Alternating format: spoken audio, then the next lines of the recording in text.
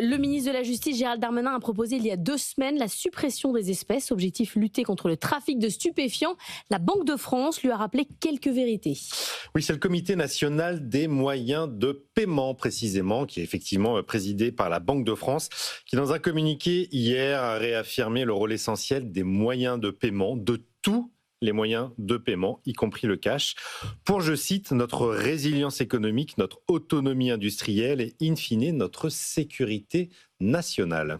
Mais alors pourquoi défendre le cash aujourd'hui alors que vous-même, je suis sûre que vous n'en avez même pas dans vos poches? Oui, alors de moins en moins, et c'est vrai qu'on n'en a plus depuis assez longtemps même. C'est vrai qu'on utilise maintenant de plus en plus nos cartes, nos téléphones, nos smartphones pour payer, mais en cas de crise, c'est toujours le même constat. Le cash reste le dernier rempart. On l'a vu avec le cyclone à Mayotte ou la panne géante dans la péninsule ibérique il y a quelques semaines.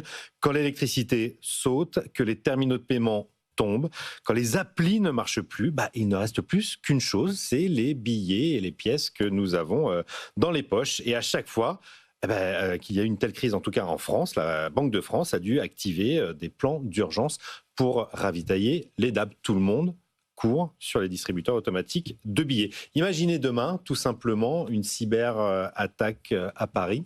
Comment vous faites pour payer? Vous êtes bloqué. Alors la Banque de France, elle revient aussi largement sur l'importance des systèmes de paiement diversifiés en Europe. Oui, absolument. Alors face aux Américains, Visa, Mastercard, Apple Pay ou PayPal, l'Europe doit défendre ses propres solutions de paiement, comme Wero.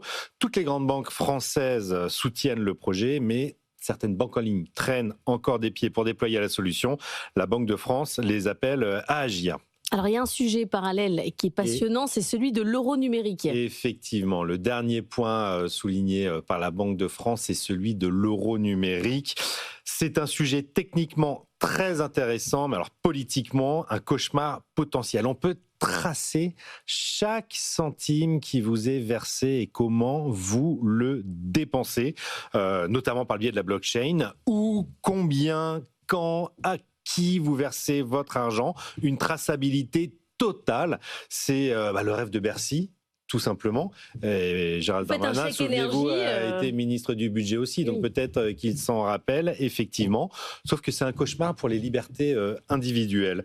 Alors oui, défendre le cash, c'est pas être nostalgique, c'est être lucide. Le cash, c'est aussi une voie de liberté. Et donc le billet, je dirais ce matin que ce n'est pas du passé, c'est le plan B de demain, quand tout plantera, parce qu'à un moment, alors, on ne sait jamais, peut-être que ça plantera, et il serait peut-être temps que certains ministres l'intègrent avant de lancer des effets de manche à 2 balles.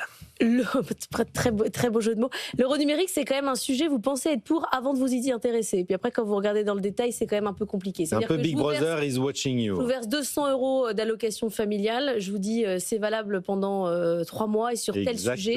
Et après, je vous enlève la somme. Les Chinois adorent ça.